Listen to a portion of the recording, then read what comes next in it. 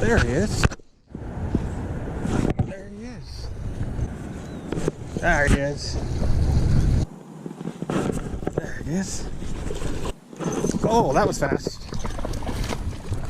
Alright, hey guys, welcome back to Fluke Yeah Fishing. We are here in the garage or the man cave or the place where I stash all my junk. Anyways, this is going to be a short, sweet edit. I'm just going to talk to you a little bit about one of the ponds I went to. We're going to talk about why I wasn't as successful as I thought I would be at this pond, and actually why I'm not as successful as I should be at a lot of ponds.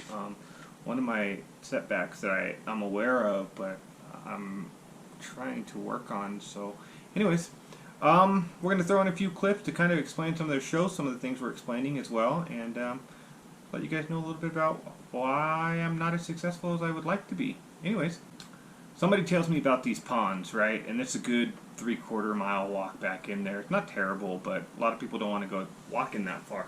And I'm excited. They tell me there's big fish. They show me pictures of big fish. So I head and I go check out this pond. And it did not go as well as I had hoped. And the reason, so here's the thing. I'm very one-dimensional in my fishing, unfortunately. I stick to something, and even when it's not working, I stick with it. And this particular pond, I could see big fish. I could see them, several feet off of the shoreline there. And I was throwing whopper ploppers, topwaters, and I was sticking with it. I hadn't gotten anything.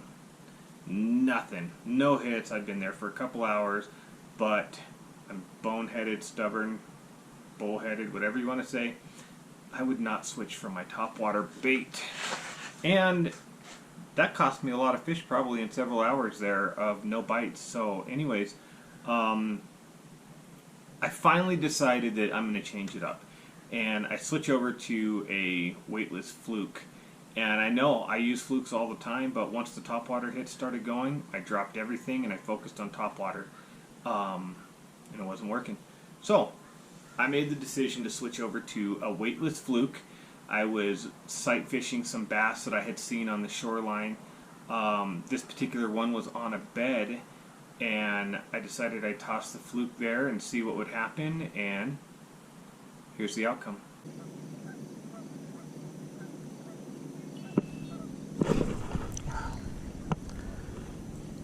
I'm just letting this thing slow fall to the bottom.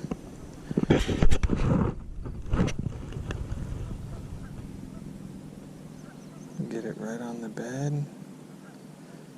There's so many other methods that I could have used and probably would have got her faster, but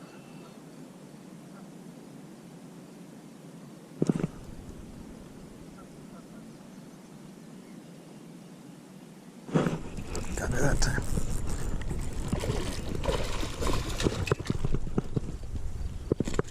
There we go. Good smallie. Hey. There we go. Long skinny. Guessing she probably dumped her eggs already. Oh, cactus right there. We almost got stuck by cactus. That would have been quite the situation. Yeah. Okay. No skunk today. Stoked about that. That's awesome. Let's get a weight on her real quick. Let's see what we got going here. Zero that out. There we go. Measurements in pounds.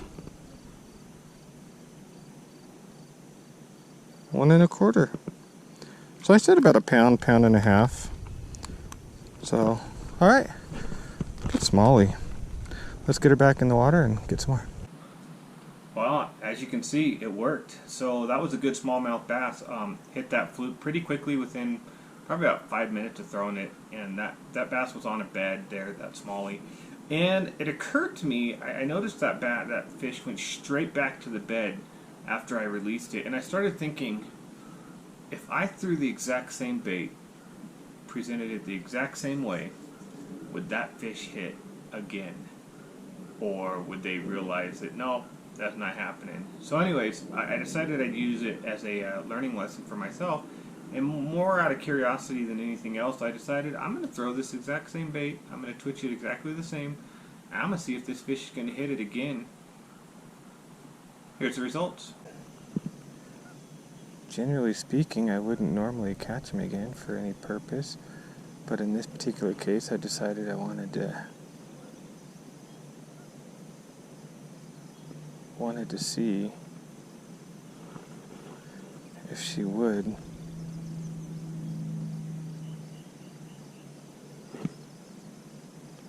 And it looks like she will. It looks like she will hit again. I don't know if it counts as catching too or not, but if we catch her, it catches. I mean, it counts, right?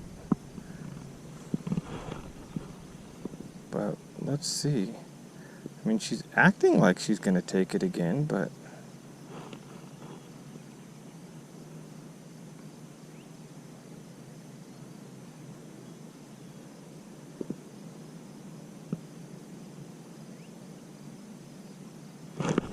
oh, she sure did. She got off right there. Let's go get her. Let's get her. There we go. There you go, girl. There you go, girl. Same fish. Same lure. Same retrieve. Same everything. Same spot. So you can catch fish over and over if they're aggressive enough and they're guarding beds. Let's throw her back and bait another one. Well, as you can see, they do. I caught that smallmouth bass within a few minutes of catching them the first time, and they do. Fish will hit the same bait within minutes of already being caught. If they're protecting beds, if they're aggressive enough, they will. So there was that. So after catching that one a second time, I decided I was going to move further down the shoreline, up in some weeds and whatnot, and I started to see some really big bass roaming the shorelines. There was one fish that was on a bed actually, and 3 fish that were kind of roaming from end to end. So I decided I was going to throw that weightless fluke back up in there as well and see what if any of those fish were aggressive or any of those fish were going to be, you know, in defense mode or whatever you want to call it. And so I threw it. Here's the results.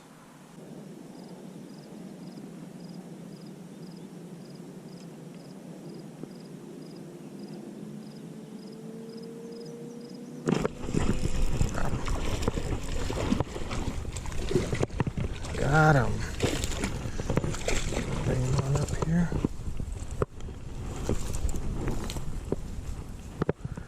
Yeah, he was protecting that bed. Look at this smallmouth too. Or a largemouth too. Oh, okay, not too bad. Down he goes. He's got a lot of muscle on him. He's a strong one. Yeah, he was helping protect that bed. Let's see, get you guys out of the light there. He's a good fish. Real good fish. Let's get a weight on him and we're going to get him back in the water as well. Fluke, we switched to the fluke on this and been doing good. 2 smallmouths, of course it's the same one, to teach a lesson. Where are we at? Pound 0.4 on that one. Okay. Pound 0.4 on that largemouth. Very good. And they were bigger actually. This was the smaller of the ones that were swimming through here. So let's get that guy back in the water. Alright, so that was a good largemouth bass. It was a nice 1.5 pounder, I think, close to it anyways. Good fish. Wasn't the biggest one of the 3, but it was the only one that became aggressive, and it actually went straight for that fluke almost immediately, within a cast or 2, and it was a matter of just timing that hook set with the bite. So that was good. So I caught one more little guy that was guarding a bed. The battery had ran out on the GoPro before I got him. I worked him for probably 45 minutes though, and another largemouth that was on a bed. And so switching up to the fluke, it worked much better than the topwater. And I think that's the biggest thing for me is that I don't switch when I know I need to. I keep holding out hoping that one fish is going to hit this top water because I love the top water bites so much. But it's also my downfall. I don't catch as many fish because I'm not switching to the baits I probably should be switching to. I'm not learning from what's not happening, as it may be, which is not getting hits, not catching fish. And that's a downfall for me. But anyways, so I went back a couple days later just to check it out, see what was going on. And of course, I started off with the top water, the Whopper Plopper again. I run that thing along cattails, grass, weeds, you know, anything that there's cover. And so this particular morning, I got back out there, threw that Whopper Plopper a little bit. Within 15 minutes of getting there, here's what happened.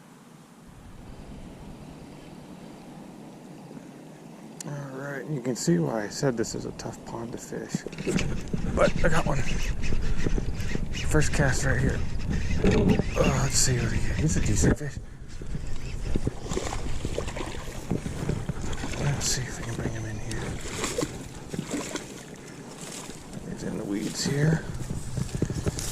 There we go. Watch out for those treble hooks there. Alright. Well, hey, there we go. Fantastic. Okay, so we made the move further up the shoreline with the Whopper Plopper, the 110. Get that in your guys' shot there. The 110 Whopper Plopper, and he came out of those cattails right there. He hit that. So, good little bass. I'm thinking he's probably about a pound. Let's get a weight on him real quick. Let's see what we're coming in at. Zero this out, as always. Not bad. Good little start to the morning. Oops, let's see. Come on. Alright. Thinking he's gonna, oh man. Pound 3.7, almost pound and a half. Good bass. Hopefully you guys saw that on the scale. I have my camera set up a little bit different, but there we go. First bass of the morning. Boom, pound and a half. Let's get him back in. So there you have it. So one morning I didn't get anything with a top water. Next morning, within 15 minutes, that bass, nice one, almost 1.5 pound bass, smashed that Whopper Plopper. He was all about it. That was the only fish for the morning. Again, I stuck with the Whopper Plopper and I didn't change like I should have, and that's something I'm learning, something I'm trying to get better at. And that being said, one of the things that I'm actually been working with is drop shots. So I got all my stuff here, my drop shot weights, my drop shot hooks, my new plastic baits and such, striking, jumps. So I'm going to try and learn different ways to fish and more finesse fishing as summer's getting going. We're going to get into the dog days here, and we're going to have to start learning different ways to catch those fish. So, drop shot. We're going to work with that a little bit too. Also, another thing, I went ahead and bought one of these Lowrance. You see that? Lowrance fish finders. So these are castable fish finders, and you just use your cell phone to locate fish and things of that nature, maybe water temperatures. I don't know yet. I actually just bought this today, and the reason I just bought this today is because right over there I have a float tube that I also bought, and so I thought it would be kind of cool to attach this little fish finder to my float tube and use my phone to kind of find some fish and maybe get on some more big fish, a little better bite. It's been a rough couple weeks as far as the bite goes, so something different. So we're going to be doing some videos with that as well, kind of learning how that goes. Also bought an extra battery pack for it right there. So yeah, drop shot's going to be the next technique that I really want to work on, and hopefully we'll start getting some more fish. But anyways, Hey guys, thanks for swinging in. Thanks for checking it out. I know it's a quick little edit. I know it's a little bit more talking than you probably want to hear or see, but we're not catching fish as often right now because I'm not learning as quickly as I should as far as when to change up. But we're hoping that changes with this, and with the float tube. So, thanks for coming in, checking it out. We'll see you guys on the next one. Till then, tight lines, good times. There he is. There he is. There he is. There he is. Oh, that was fast.